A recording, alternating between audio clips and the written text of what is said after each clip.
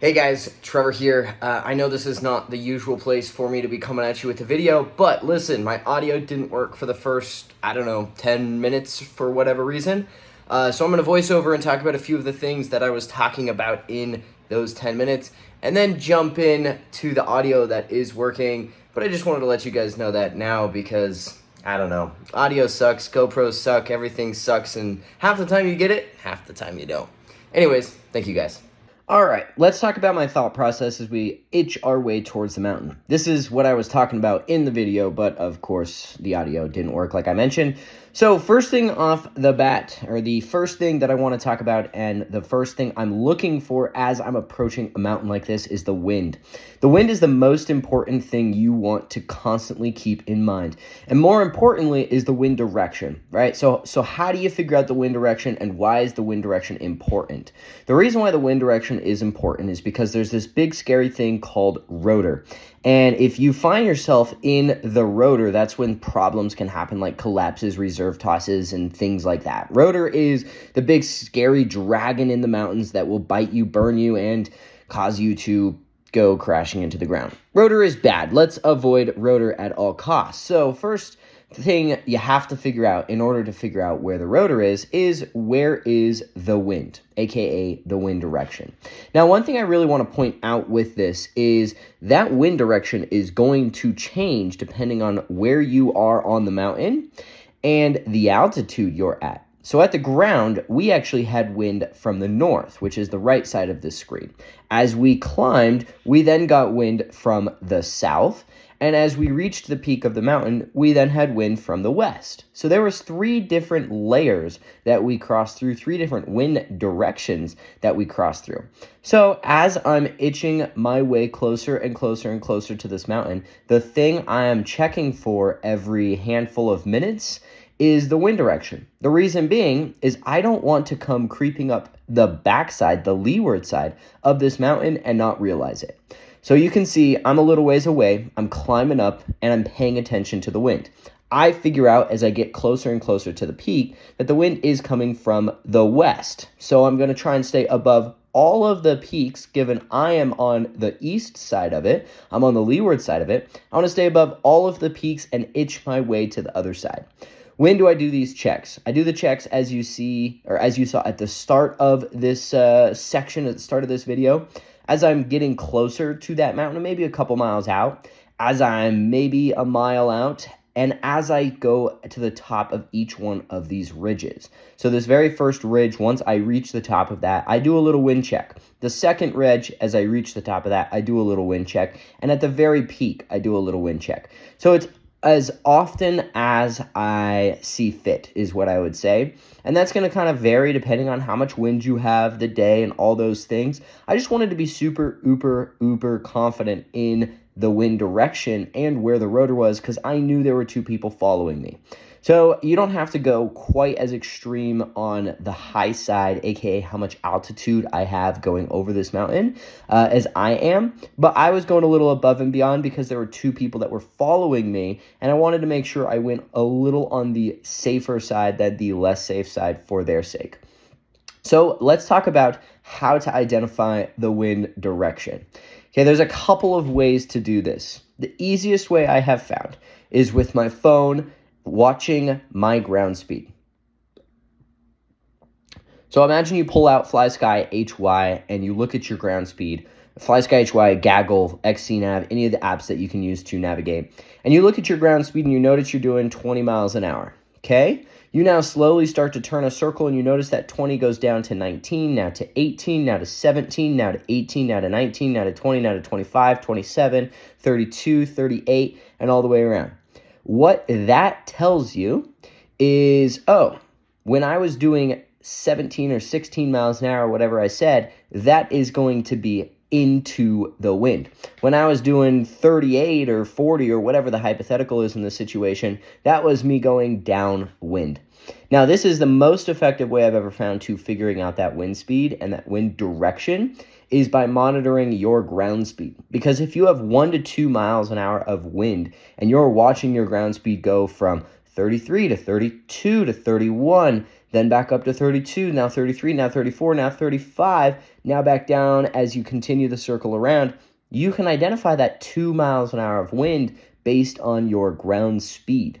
That's the tactic that I used on the Adventure Wingman trip. I would just fly a very slow circle with my phone out to figure out which way I was going slowest, and that would be going into the wind. Now, you don't have to use your phone to do that. Once you kind of get the feel for it and you can kind of figure out how to identify that wind direction without your phone, you just fly that slow circle, and it's kind of how you pick up on it. As you go downwind, your circle grows and becomes more of an oval. As you go into the wind, that turn tightens and you kind of stop turning for a second.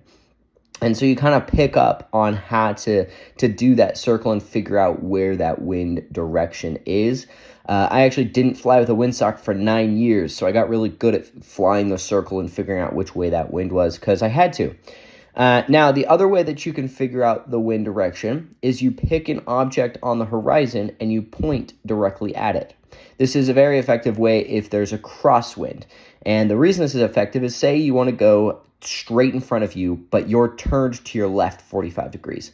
This would indicate that you are crabbing and that the wind is coming from your left. So then you can turn left and pick a new spot and see if you continue to crab or not, and continue that around until you are going straight, because that would indicate you're not crabbing. Now, the crabbing is only effective if you actually have some significant amount of wind, like 5 miles an hour plus, maybe 6 miles an hour plus. That's when you're going to notice the crabbing. And you'll probably notice that crabbing before you're trying to identify a wind direction. It just happens quickly. So those are some of the ways to identify the wind direction.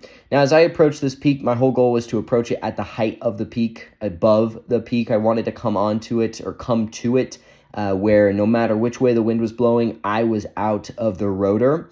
And then I wanted to slowly work my way down, kind of feel it out, figure out which way that wind was, and play from there.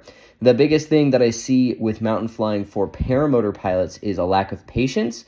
We're very used to instant things. I want to go there, I go there. I just fly straight to it. With mountain flying, you want to have a little patience. You want to take some time. You want to identify that wind direction. You want it to confirm that wind direction, and then slowly work your way down. So I'll like to climb up to the height of the mountain before I even reach the mountain, then peak the mountain, then notice the wind direction at the peak and play on the windward side, which is exactly what we did. And that windward side was not the side I expected it to be, because more often than not, we have eastward wind in the morning, westward wind in the evening. So it was a little bit backwards, you could say, to what I was expecting it to be, which that's totally fine. Things change. And there's nothing set in stone, but that's this little voiceover. I'm going to let me from the past pick up on the GoPro and go from here. Okay, so I'm going to check that wind speed, or my ground speed again, because everything changes. It always is changing. Having a dashboard that you can constantly be looking at is really nice. So I'm doing 27, so I'm slightly crosswind. I'm probably slightly going with the wind would be I'm going into the wind slightly. So my assumption is the wind is still from over there, which is what it was when we peaked that ridge. That's why I'm going to go to this peak, which is the most upwind peak possible, and I'm going to go to the upwind side of this peak. We're probably going to start itching into more dynamic air, as above the mountain and above everything, we are in nice smooth air. But now you got to think of the wind like water. What is it flowing over before it gets to me? And at the speed of the wind that we're experiencing, which is about 7-8 miles an hour, a small ripple can last a lot longer. You know, a small hill may produce a ripple effect for hundreds of feet, whereas at 3 miles an hour, that ripple effect might be, 30, 50 feet. So you have to also take into consideration that. Those lips over there would actually be the safest spot to be on the most upwind ridge. This is going to be definitely more dynamic. And I'm going to release my brakes and be ready to fly the glider, as now I'm getting closer. Your safest spot is always going to be higher. The higher you are, the further you are from any affected wind from that mountain. See, I popped up a little bit higher above these ridges, and those bumps went away. As I descend back down to them, the bumps are going to come back. So if you ever want to go fly up into the mountains and you don't want to experience any turbulence, the safest way to do it is to get above the mountain before you reach the mountain. Stay above the mountain. Once you're up there, you can kind of play that figure out the wind direction game. And once you figured out the wind direction, you know which side to be on. So now let's ease off and slowly descend. I like to slowly make my way into things. Like I mentioned earlier, patience is kind of the biggest, most important skill set to have with mountain flying, paragliding, and XC flying. Especially dynamic flying, you could say, where things can get spicy. Having some patience so you know how fast to make your way into things or work your way into things is best. So instead of just immediately jumping to that peak, I'm first going to touch this one and see what it looks like.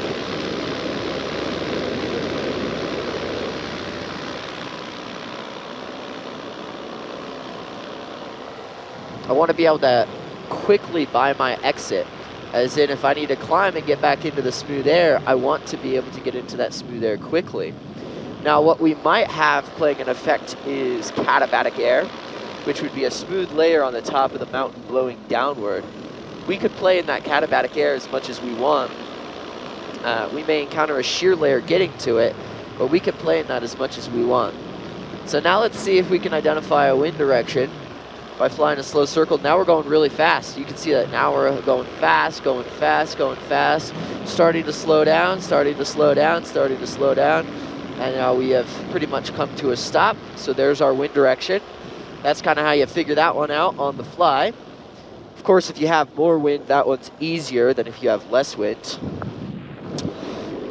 But now we can come down to this peak comfortably and confidently knowing which way that wind was blowing. Oh yeah, look, you can even see the bushes blowing here at the top. So we actually have a fair bit of wind up here. Could probably trim in and even soar if we really wanted to. Where Chucky is the safest spot. Down here, we're gonna have the most dynamic air. Let's hug real close, see if we can get any lift. Yeah, those bushes be moving. Pretty good too, but it's actually smooth. It's like not too bad. I could probably trim in and try and soar.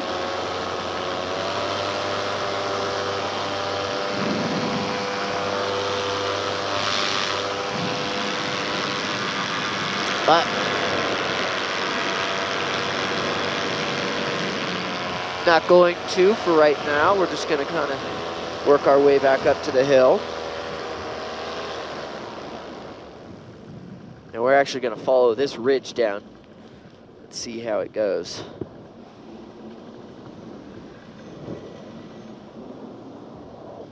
Another thing is you don't want to do slightly less loaded maneuvers. So you don't want to like do a light wing over, because if you get hit with something during that light wing over, it will increase the likelihood of taking a deflation.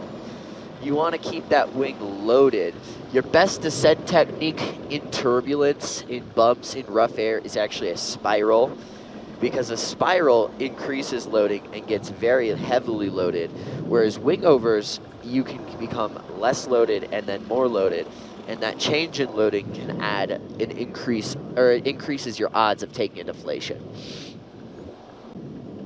So now you'll also see I'm taking it pretty easy because things could get spicy at the snap of a finger, and I don't want to be fully committed to dive into rotor. Like if I just dove right down that tree line, there's a possibility I'm going to dive myself right into some rotor, and I don't want to do that. I don't want to jump in, you know, waist deep. I want to dip my toes and see how it feels first. Now that we're cutting a little lower, all these ridges are going to start to play an effect on us that weren't playing an effect on us up there. So I'm going to want to either climb or maintain this altitude, which is right above where that rotor of them is hitting, until I make my way to their faces, which I would call the face the windward side. I'm currently on the leeward side.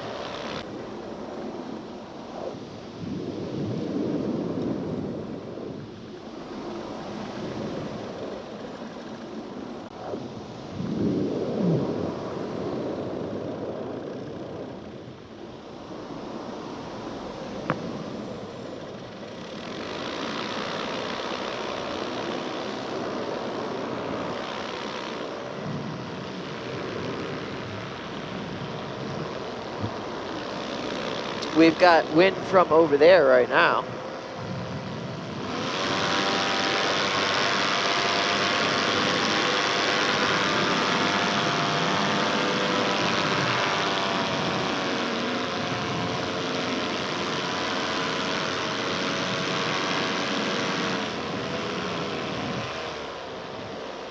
Hey guys, so some people wanted to know my thought process about landing on this hill here, so let's talk about a couple of those things. First thing that I wanted to take into consideration was the wind direction and speed. You'll notice before I come into land, I kind of fly a slow circle, or maybe it wasn't in the video, but I kind of flew a slow circle and figured out which way the wind was blowing. I then slowly, right over the top of the mountain, which I think I also cut out of the video, just flew right over where I was going to land to kind of scope out the landing surface. If you fly 10 feet over the landing surface, you're going to think it looks beautiful and smooth, and then when you fly 1 foot over, you're going to realize that those ruts that you thought were a couple inches are actually a couple feet. So I always try and fly right over it and figure out how much wind is playing onto me, you know, what direction I'm going to land, and pick a spot to land. The spot to land is a big deal. You want to make sure that you land on the top or even on the upward side, kind of on the back side of the mountain. You don't want to land going down the mountain, because if you land going down the mountain, you might actually drift down while in that flare. Now you're going down, farther down, and you're closer to stall point, trying to land. Now you need to throttle up and go around. You're fully in those brakes. It can get a little spicy. Not the best situation. So you try to actually come at it just a little below the lip in this case, and then just pop up at the last second and set it down. Now, if I was trying to land on the side of the hill, that would be a different story, but in this case, that would be the approach for this. And yeah, the other thing that I have to say with a mountaintop landing like this, if you can't 100% guarantee the landing, don't do it. So if I'm going to land somewhere like this, I will do so if I have like a little bit of wind and I can really guarantee which way the wind's blowing. If I'm not 100% certain, or it's slightly crossed or whatever, I won't do it because it's not worth the risk. If you fall down up there, which is more likely given you're at high altitude in light winds on a rough surface, you could break a prop. That means you're stuck. Now you got to hike down. That's no fun. Anyways, back to the video.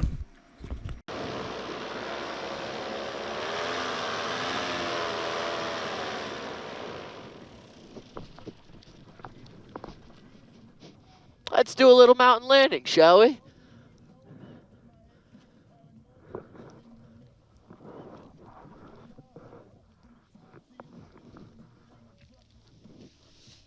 Perfect. All right, I'm going to take this helmet off for a second, everybody.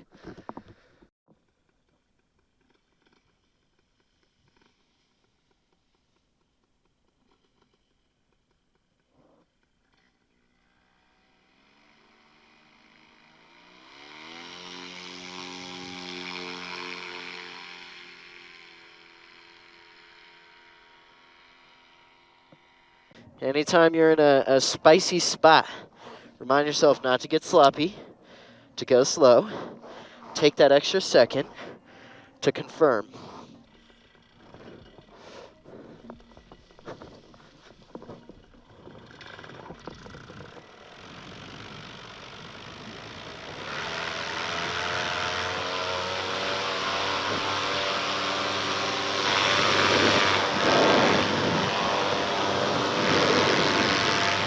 Good. One of the things that I always, suggest when it comes to like mountain launches or landings, or even difficult launches, difficult landings, tight LZs, all that stuff, is patience. So take an extra second to slow down, because a lot of times people get all excited / nervous. They get in this rush and they force it, they push it, and they fly differently. And that could bite you more often than that can help you. Take the extra second and just make it right. Do it right. I mean, you can see I take a second. I go slow. Chucky went slow. It's the best thing you could do is to actually take a second and guarantee your launch, you could say. Never force it. All right, this is one of the places that I really want to come fly camping, and I just haven't had the opportunity to. I mean, it's like a darn near perfect spot to do so.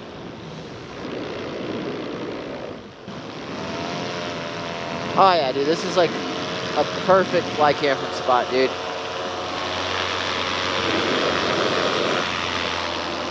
Woo, we've got spicy air. This headwind is going to make our fuel burn on the way back worse. Technically, it's not going to worsen our fuel burn. It's going to lengthen the time it takes us to fly the same distance, which means we're going to burn more fuel.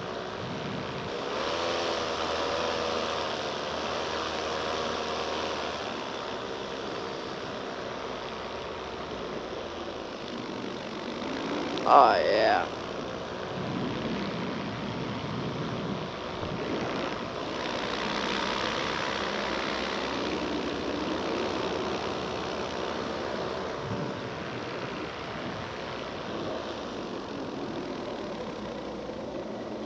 I miss my McFly, dude.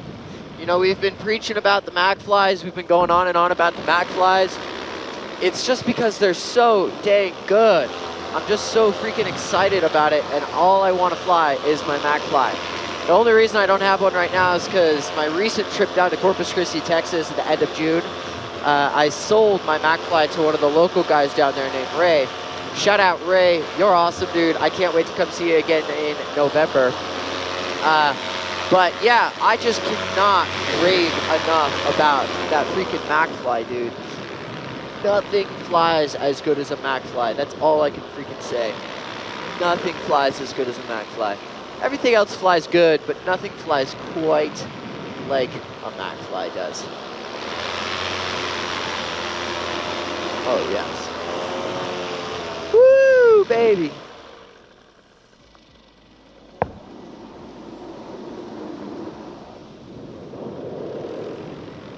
All right, dude, all right. We're slowly making our way down.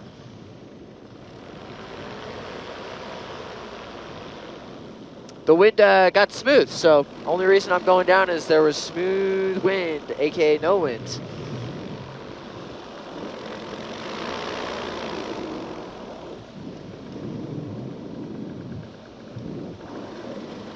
Oh, yes.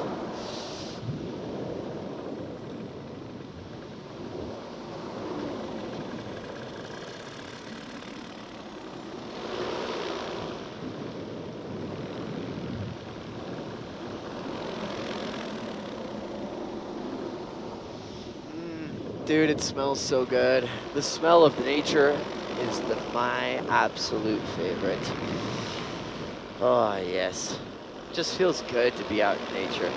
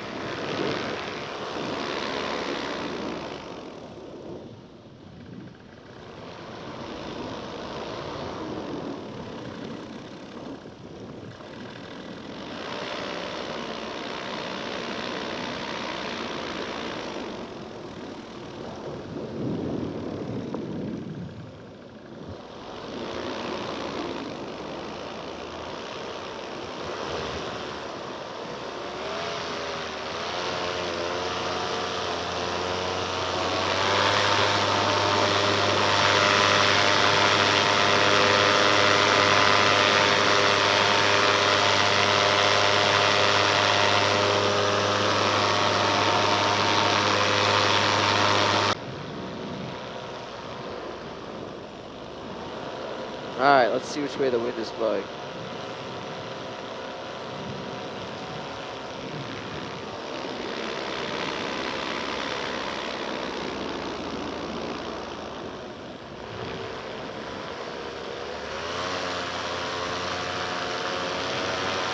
This is downwind. Starting to turn into it. This is into it.